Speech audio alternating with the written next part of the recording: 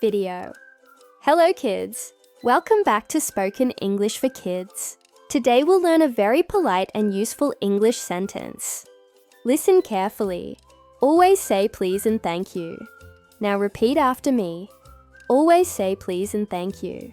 Excellent! Let's say it slowly. Always. Always. Say please. Say please. And thank you. And thank you. Now say the full sentence. Always say please and thank you. This means we should use kind words when asking for something and when someone helps us.